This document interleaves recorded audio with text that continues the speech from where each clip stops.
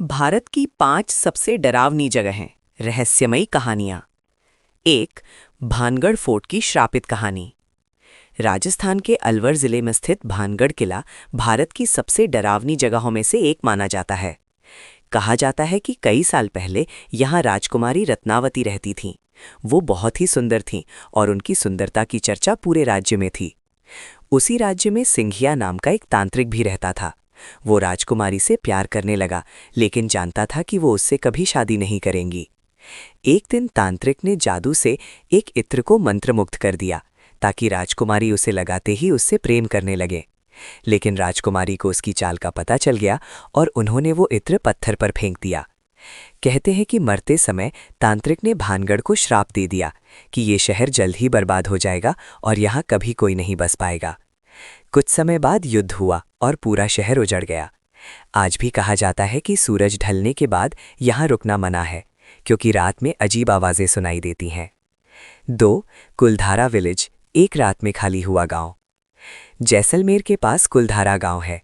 ये गांव करीब 200 साल पहले बहुत खुशहाल था।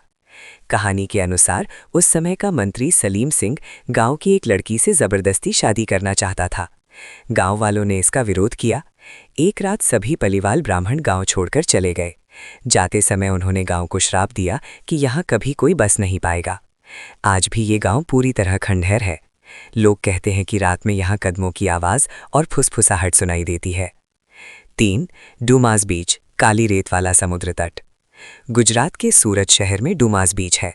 इसकी रेत काली है और इसे भारत के सबसे भूतिया समुद्र तटों में गिना जाता है।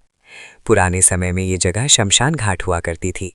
लोग कहते हैं कि रात में यहाँ अजीब फुसफुसाहट और किसी के चलने की आवाज़ सुनाई देती है।